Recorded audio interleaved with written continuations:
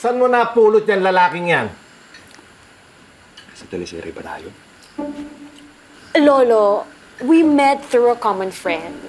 And he is an SEO manager in Singapore. Saan ka nag-aaral?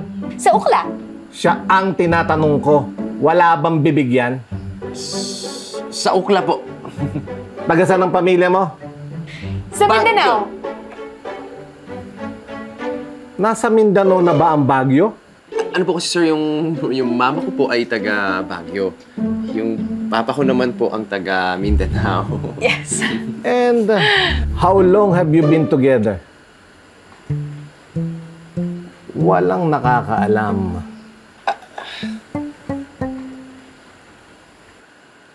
Sir,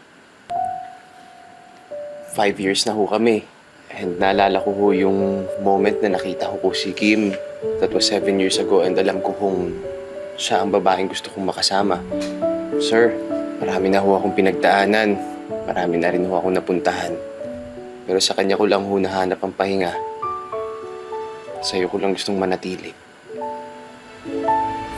No, I don't like you. Hindi ka galing sa buena pamilya at hindi ko kilala ang pamilya mo.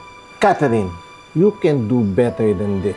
Tandaan mo, tinalikuran mo ang pamilya mo. At dahil doon, nawala ang mama mo. You are a useless rebel.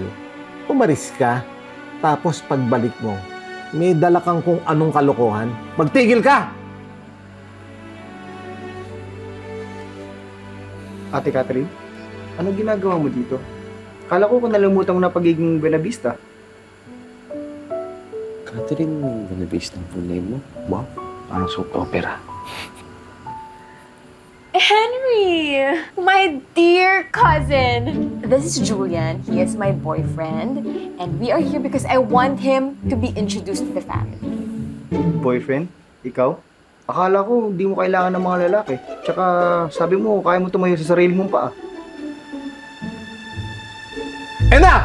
Catherine, sabihan mo nga yung lalaki na yan na para magkasundo kami, pakasalan ka na niya at bigyan niyo na ako ng apo sa lalong madaling panahon.